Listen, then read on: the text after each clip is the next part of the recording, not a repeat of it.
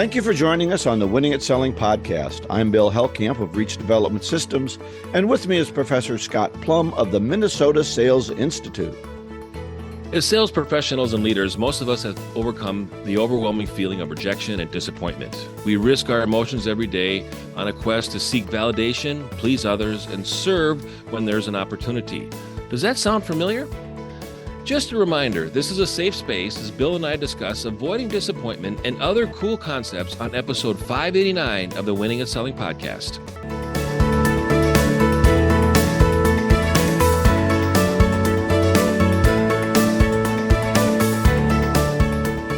Boy, when you talk about it being the safe space and rejection, and you're hitting those are all my trigger words, Scott. I know. Trigger warning here, trigger warning. Scott's triggering Bill with his... I'm going to follow those that want to hear that, and I'm going to trust the ones that don't need that to stay tuned. All right. Well, we have our book club to start before we start talking about avoiding disappointment. And we are on chapter 5 of Spin Selling by Neil Rackham, Giving Benefits in Major Sales. So he talks a lot about how do we demonstrate capability, and features and benefits are part of our classic way of demonstrating capability. We need to, at some point, show them what we can do. And here's how he breaks things out. Okay, obviously, feature is a fact, right? A characteristic. So it has 3 levels of speed. It has 3 speeds on it, right? But a benefit is why those 3 speeds help you. And he spends most of the rest of the chapter defining what a benefit is, and then delineating into 2 types of benefits, Scott. So he's got a type A benefit, which is he calls an advantage. And this is anything that is really good about our product, an advantage of our product that can be used to help a customer. A B benefit he calls a real benefit. So he has advantages and benefits. And a benefit is in the case of a particular sale, how it meets an explicit need expressed by the customer. So it doesn't become a benefit until it's attached to a customer's explicit need. And I think that's a pretty good description of it. So there's a whole section in there, and you should really go through that because it's helpful on identifying, is this a feature, is it an advantage, or is it a benefit? So what did you think about defining a benefit really as only something that you can attach to an explicit need? Yeah, I was thinking about the benefits of, let's say, a wheelchair. So a wheelchair can help people that are not mobile, that can't walk, but you end up creating a comfortable wheelchair, or one that helps you stand up or is able to go in an all-terrain type of environment.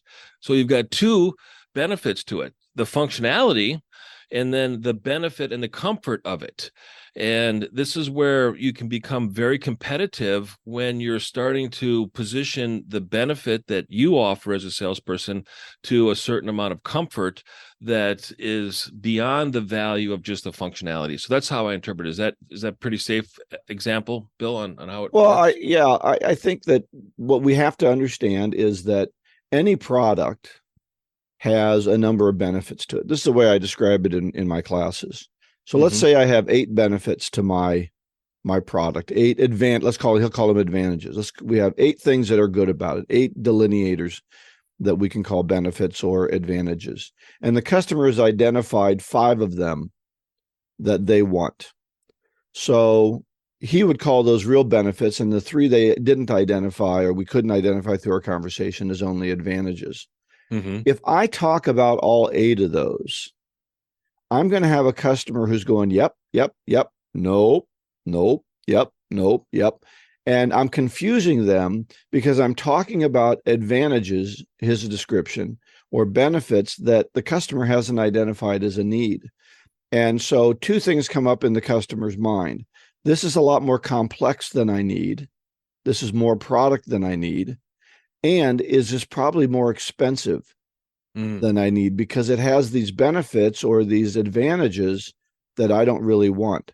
So I recommend in a class the same thing he's talking about here, and that is only talk about the benefits that the customer is either A, identified as explicit needs, or B, you see as delineators that he should recognize as an explicit need. Then you need to do some convincing here or some pointing out how while he didn't say that being able to use your wheelchair over rocky terrain is something that he thought about, maybe you should think about this, because you're going to run into this sometimes where you don't have the right curb cut or whatever, and you're going to need to be able to move this wheelchair over this rougher terrain. So while it wasn't a need you expressed, I need to point out that it's a need, especially, and this is one other type of benefit. I don't know if he's going to talk about it later in the book, but those benefits that are unique to my product, because then I can differentiate my product from the competitor. And if they have the same benefits I do, well, then we can just look at price. Well, it's So I've commodity. got to give you some delineators, some differentiators that show that my product is better or different in a particular way, or how I put those benefits together. So what are your thoughts on that? Are we confusing him if we talk about everything? No, I think that very well explained, and a couple of things, three takeaways that I'm really hearing on how you position it is, one, I use the example of advertising. It's a lot easier to sell advertising to somebody who buys advertising. So you look at competing publications and you find out who's agrees philosophically with the idea of advertising. So they've already bought the idea of advertising. Now I need to sell them the advantages or the benefits of them advertising with me. That's pretty simple. Another option, or another thing to keep in mind, is when it comes to presentation of everything that you are proposing for a solution, only include in the presentation what has already been talked about. Don't include other stuff that has no value to them, that ends up distracting them from making a decision and feeling like they're being taken advantage of, or they're being sold stuff that they don't need. The third point, and I thought about this when I was buying a roller bag, and I think I've told the story here on the show, is I was going in to buy a new roller bag because one of my wheels blew out on a Costco roller bag that lasted 20 years. I love that bag. And, the clerk was saying, I don't think I can replace this. And if I replace it, it's probably cost just as much as a new bag. Would you like to look at a new bag? I said, sure. So I looked at a new bag, and she says, lift this up and then lift your bag up. And I'm like, wow, this is really light, this new bag. And then she put it on the table and she showed me this, that, and the other thing. And then I said, well, how much is it? And she said, I think $325. And I said, I'm not there yet. Keep going. Which meant I don't understand all the benefits that justify $325. Right. Keep going. And then she said some more, and more. I said, okay, I'm still not there yet. So I'm not sure what to do next. And she says, well, we are having a sale. I said, oh, okay. So what would the bag be if it was on sale? Well, $275. I said, I'll buy that, because I saw $275 worth of value. I did not see $325 worth of value. So when we think about selling, we need to think about what's most valuable to them. Now, as a salesperson, it's your job to be able to cause people to think differently and to think about the future. So if you use a technique called negative reverse selling, and you can say, so you've never thought about using the bag for this, or you've never thought about using the product or service for this. Well, I hadn't really thought about that. Yeah, you're right. So you're expanding their vision of the product. Exactly. And you're saying, it will also do this and that, so that you can do this and that. Right. And then, and I don't know if that's a value or not. So that you then use a takeaway clause. So I don't know if that's a value or not. So take it away. And then they go, no, I want it. So now they want the advantages. So they've identified it more as an explicit need. You've introduced it, because you're the salesperson that knows more about the product and the industry and the marketplace than anybody else. And you're positioning that in a way that's an advantage to your prospect. Well, and I know I'll mess that up, but that's kind of the Steve Jobs quote, isn't it? People didn't know what they want till I showed it to them with the iPhone. So there's part of that we don't always know what's available. Now, I do think that Sales 2.0 says people are doing a better job of doing research now about what they truly want. But I still think that what did you call the reverse takeaway? Reverse selling. Reverse selling, where you say you wouldn't want, and it kind of forces them to see it in a new way and introduce advantages that they might be able to use, right? Yeah. And if I don't know that those advantages are there, then I can't put those into my equation, that equation, which you said didn't get me to 325. Now, I want you to also understand, people, Scott is not advising that the way to sell something, if you run out of advantages, is to discount it until they get there. Asterisk. I don't want people to hear what you said wrong. Yeah. What you're saying is the salesperson didn't provide enough advantages. Perhaps if they had known more about the product and could have shown you advantages to get you to 325 by using a process that showed you new advantages you hadn't thought about.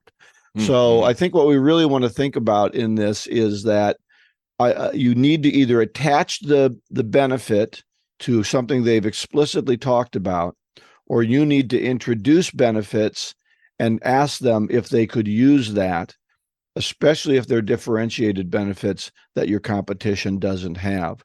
Exactly. And because the competition doesn't have, they may not know that sort of thing is even available, because the competition or people they bought from in the past don't have that thing. Now, one other thing he did bring up in this chapter was selling a new product. And he warned us that one of the challenges with selling new product, we have a new product come, we get very feature oriented. So just like when we first started in a company and they spend 2 weeks telling us about product, when a new product comes, obviously we're not told how to sell it. We're just told all the new features and benefits that it has. And then when we sit down with a customer, we start barfing all over them these new features and benefits, instead of having the right kind of conversation that says, what is it about the old product that you would like to change? And then you can introduce the new product and say, here's something new. So don't get yourself caught into what he calls bells and whistles instead of problem solving. Oh, I mean, you really have defined a competitive value proposition, one that decommoditizes your product or service because you're introducing something as a benefit or an advantage that the competition does not have. That's right. That separates you from everybody else. And with that, you own that particular market with people that want to buy that particular product or service that the other companies don't have. And then you've got a value proposition that's competitive, and you just keep driving that into the ground as long as possible as you can, because it's going to be a certain amount of time where somebody else is going to catch up and find something even better than what you're offering. So you have to always constantly be creating new benefits. Yeah, well, that's what the new product is, right? Somebody else, not you, is out there, but I think even salespeople should be identifying features that or benefits that your customers want that maybe we don't have in a product or service, and taking those back to the power that be and say, this is what we're hearing from the field. This is what we're hearing from our customers that we want, so that as we improve the product or service offering, we can say this is coming from our customers. And if one or two customers want it, chances are all your customers are going to want it. So, wow, you're reminding me of the Challenger sale. And the Challenger sale talks about traditional salespeople, and I still hear it today. I still hear it on podcasts and professional sales trainers saying, what's keeping you up at night? You have to ask your prospect what's keeping you up at night. No. The Challenger sale will say, here's what should be keeping you up at night. As a salesperson, be the market ambassador to the industry that you serve, and be the market ambassador with all of the available knowledge and information and useful strategies that your prospects can use when they're selling within a certain marketplace that you're supplying them information or services or products. Right. If I want to become a valued partner, I better be a resource. I better be bringing something to them that they don't already know. If all I'm bringing to them is product features, they can look that up on the pamphlet of the brochure. I really like the word ambassador, because when you think about ambassadors, that you're loyal to something else, but you're serving someone else. And when you're a market ambassador, you're becoming that resource for the market, and you're an ambassador representing your company, but serving your customers in that term. All right. So that wraps up chapter 5, giving benefits in major sales. And we will do spin selling chapter 6 next week. Yeah, I'm looking forward to that. It's a great book, and still very relevant. As old as the book is, still very, very relevant. Well, Scott and I are old, and we're relevant, so that's good. I know. We're older than the book. We're kind of historians sometimes. That's right. I listen to podcasts and people say things, and I go, I know exactly who said that person, but it wasn't you. So our topic today is avoiding disappointment. And I just want to start with the question is, how can you disappoint someone? And it's very simple. It's by not meeting their expectations. And let me ask you another question as a salesperson when you're talking to a prospect. Do you know your prospect's expectations? And I'm going to guess probably not. So I'm curious what your expectations are of me during our time together is the question. So I'm curious what your expectations are of me during our time together. and find out exactly what's on their mind, your prospect's mind. This is a great way for you as a salesperson to lead the conversation and to talk about what's most relevant and what's most important to the other person. I think about first when it comes to disappointment and setting expectations is a meeting. You're having a meeting with the prospect, and I really think that there's three things that are involved in the meeting when you have a conversation or a sit down meeting or a Zoom call with somebody. Is first, we agreed that this was going to be an hour. Is that still going to work? Is there anything that's coming up that is going to be a distraction, or are you expecting a phone call, or do you need to respond to an email or something like that? And the prospect would say, no, I still have an hour. And say, okay, great. So now you know how much time you have.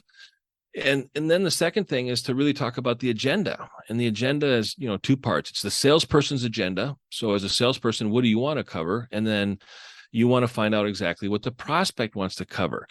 And sometimes when you ask that question, I'm curious what your expectations are of me during our time together. You're really uncovering what's relevant, what's important, what has value with your prospect and their agenda of what they want to talk about. And then it's important, I think, sometimes to talk about the outcome. So at the end of our time together, we've got one of two things that we can do. We can say, we're going to continue to have another call, or we just might find out that there's not a fit. I mean, are you okay telling me that, after everything that we talked about, we just don't see a fit and there's just not going to be a match and there's no reason for us to continue? And this is a great way of really setting that expectations during the meeting and then avoiding that disappointment. Bill, have you ever used that, or do you know anybody that's used that before? Well, I've heard you do this section before, and I am always in awe of it because I don't do this as much as I should. I do ask if I can take notes, and I do some of these things at the beginning. I don't check for time as much as I should. And I've been caught in that I think I have an hour, and all of a sudden, 25 minutes are up, and they say, "Oh, we got about 5 more minutes." And I'm like, wait a minute. Because we need to be able to plan our time, and I'm still in the middle of questioning and haven't gone into moving the sale forward at all. So I would just really advise you to follow Scott's program here when you get started, because all these are not only very professional, but very courteous ways of making sure that you're setting yourself up for a good interview with your prospect. And if you don't do some of these things, and as I say, this is not part of my process as well as it should be. If you're not doing these things, you're going to get caught short. Mm-hmm. I always think I love the agenda thing. You're going to find out all kinds of great things by saying, here's what I think we're going to talk about. Do you have some other things you want to talk about? Right.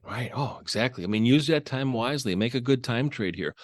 As you're using that example, I was thinking about, going on a date and having somebody call you 15 minutes into a date and say, "Oh, my mother's in the hospital. I got to go." Yeah. Or her friend called her. The assistant comes into an office, 15 minutes after an appointment starts going, "Oh, we've got an emergency on the plant floor. You need to come down immediately." "Oh, I got to run." Or you'd say, "Oh, no, it's okay. It's okay. I mean, I'm sure somebody else can handle it." "Oh, okay, everything is going well." That's right. That's right. There's a planned 15-minute exit. Those prospects, they have a strategy too, folks. So be aware of it. So I've listed 7 things that can be applied today. Have you ever heard that? You can leave today and apply these techniques today. So I got 7 things that I like to share. All right. It's just a way to avoid disappointments. Number 1 is set realistic expectations. And, this really ensures that your expectations are grounded, considering the opportunities that are available in the marketplace and the problems uncovered and the solutions offered. So really setting those expectations about everything that you have in those 3 areas and being prepared to be able to present them, discuss them, and then ask for a commitment on that. So setting realistic expectations. And I think your agenda question allows them to set expectations for you as well. By having that agenda question, it forces you to organize, here's what I want to get done, and then ask the question, what do you want to get done? And it's incumbent upon us to make sure what they want to have done gets done. Yeah, exactly. The second one is follow the process, not just go for the outcome. Enjoy the journey and the efforts that you put in, rather than just the outcome. Too often we get committed and focused on making a sale or getting to the next appointment, but the journey can be just as enjoyable and give you a lot more information and can give you a lot more options on where you're going to go within that conversation along that journey. You may be able to sell them more. You may be able to say, this isn't a fit, and save more of your time and cut that appointment short. So find the value in the experience while influencing the outcome. So the experience is the journey. And my definition of a salesperson is one that has an impact on the experience and an influence in the outcome. And I find that following a process is really helpful with people that kind of fall into a disc quadrant of compliant. Yeah. Hey, Scott, I'm a creative salesperson. I just, I go in there, kind of feel how the customers feel. I don't need this. I don't put me in this process box. Right, don't put me in a process box, because I'm a creative guy. Sure. Yeah. You ever heard creative that? people in a conversation, nothing gets done. Everybody has an idea. Nobody wants to make a commitment or execute on anything that's being discussed. It's just, let me tell a quick story on this. So when one of my youngest son was very young, he liked to cook. He liked to bake things, and he would make up the recipe. So it'd be, flour and a bunch of salt and, this and that. And it was just crap, and he'd put it together, and he'd say, "Try to eat this, Dad." And you're like, "That's inedible, man." It's just, and then we bought him a little cookbook, and he started to follow the cookbook and create things that were good. And he sometimes got frustrated because he wanted to be more creative. And I said, learn how to cook from the cookbook. And then once you understand what happens, what the chemistry is, then you can go and be as creative as you want. But until you know what you're saying, until you know what the process is, you can't be creative, because you're not processing anything. You got nothing you're following. You've got no recipe. Learn the recipe, be restricted for a little while in your selling, and then get creative when you're good at the process. Wow. Great advice. I'm not a parent, so I'm just impressed with parents that come up with stuff like that with their children. What an impact. Well, you didn't have to eat that crap. So, but we made him eat it first. And then he goes, "That's not very good. Why don't you try it first? Be the food tester. Yeah, that's not very good, Tommy." Yeah. Right. Exactly. All right. Number 3 is communicate openly. Open and honest communication will avoid misunderstandings. I love clarification. I really, really do. And I am not offended by clarification. And as salespeople, we've all heard the term, paraphrase what your prospect is saying and repeat it back to them. Make sure that you understand what they're saying, and for them to hear what they are saying, because as you repeat back to them what they're saying, the prospect may realize that they're not complete in their understanding, and they need to clarify more about what they want. So communicate openly. I just love that fair exchange of information.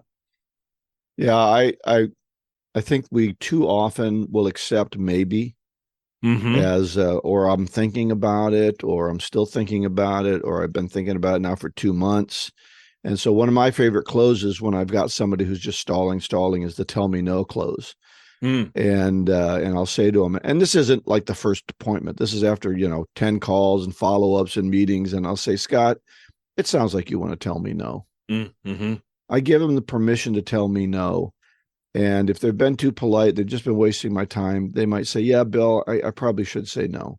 Okay, great. I can deal with that. But if they don't tell me no, then I'm going to say, "Scott, the only other choice is to tell me yes. Let's figure out how to get to yes and get this done." Yeah. Right. Yeah. And so too often we accept lies from our customer, not because they're trying to lie to us, because they're trying to save our feelings. Don't save my feelings, save my time. Right. I think the think it overs and the maybes can be very paralyzing for salespeople. But if you really get on the right side of the think it over, you can win. I mean, we're working on a project together where I met with the company and I listened to the leadership team for 90 minutes about what their goals were. And I asked them a bunch of questions, and they didn't have answers for the questions that I asked them. And this was the essence of the episode that Bill and I did on Are You Ready for Sales Training? And the questions that I asked stimulated thought. intellectual conflict about how do we get ready for this, emotional desire to do we want the outcome that we want, that seems to be available in this conversation, in this relationship. And then when they thought about everything, they thought it over, and they answered the questions that I proposed, now we are ready for sales training. So think about leveraging, think about it or think it over, where the prospect, where you leave, you don't say no to them. You say, I just get the impression that we're just not ready to make that next step. If you can answer these 3 questions, then let's start there in the beginning of our engagement. And then they determine the timeline and when they want to answer those questions. But you have to create enough desire that they want what you are talking about, and they follow you based on the questions that you're asking them. And it can be very beneficial to get on the other side of the think it over, instead of letting a think it over paralyze you as a salesperson. Yeah. Yeah, excellent. Well, we're running out of time, Scott. Yeah. Number 4. That's my fault. Gratitude. My fault. Right. Practice gratitude is number 4. So have an attitude of gratitude. So cultivate a habit of appreciation rather than dwelling on what you lack. And I think that this is very normal for us to just think about what we have and not be grateful for some of the things that we don't have, or things that didn't happen to us. Do we spend too much time focusing on the sales we missed? Right. Yeah. Yeah, we do. Yeah. And those can be learn from them, and then move on. Regret can be a kind of an instigator of growing to regret. Number 5 is accept the possibility of failure. Of course, every time. So don't get too emotionally involved. Failure is not fatal. It's just rather feedback. Number 6 is adaptability and flexibility. So remain open to different outcomes and be willing to adjust your plans or expectations when necessary. I mean, start to present options, create options rather than just picking them. And too often we can get stuck in just picking options and letting our prospects decide what we have and what we don't have. Well, that's what happens when we go in knowing what we're going to sell instead of listening to them, asking good questions, right? When we go in assuming we know what they're going to need and start selling something before they've even identified their explicit needs, we run into this problem. We get in there with our own assumptions too. Yep. And we need to be flexible. And the last one, most importantly, is focus on your self-care. Engage in activities that promote your well-being and mental health. If you're frustrated about something, then I think you really need to analyze, is this a good fit for you, or is this a challenge for you? But always create frustration with curiosity. When you do that, I think you have wonder, and with wonder comes a much better outcome, and you can end up growing through wonder. So those are the 7. Yeah, I think that last one is really important. I think about it mostly. I love the appointment. I love the follow-up. But I don't like phone calling. It's just never been my favorite thing. So I always put a limit on how many, so that when I'm done, I'm done. Right. Yeah. Don't make it unlimited, so you increase the pain. If you're going to do 10 a day, when you do your 10, celebrate that you did your 10 and move on to the other things that you enjoy doing more. There's always going to be 20% of a job that you don't like. Get that 20% done as quickly as you can so you can move on to the things you like with an open mind. And for me, that's self-care. Wow, that's a great reminder for me, Bill. I mean, that's powerful, so powerful. Everything has a beginning, has an ending. So if you're going to make calls, just say, I'm going to make 10 calls today. When I make 10 calls today, I'm done. I'm done making calls today. And I'm happy with myself. Yeah, exactly. That's the goal. That's the commitment, and you accomplished it. So thanks for letting me do that. Yeah, that's a great topic. So let's go on into our golden nugget. This is from Colin Powell. None of us can change our yesterdays, but all of us can change our tomorrows. That's a good self-care thing, going back to your last point. Definitely. And there are no guarantees for tomorrow either. That's right. So everything we talked about is at winningatselling.com. All right, this is episode 589. We are giving some books away. This is our last week of doing that, so get your name in now. Right. Mike Weinberg, we had him on a couple episodes ago, his book, First Time Sales Manager. What a great episode.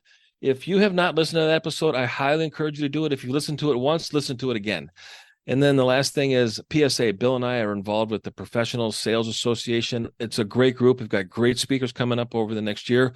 PSAMN.org. Our next speaker is John Baker, The Asking Formula. Yeah. If you've never heard that, that is really good material. So that's December 1st. Next week, Spin Selling by Neil Rackham, Chapter 6. And our topic is questions from our listeners. We've been compiling those, and so we got some good questions.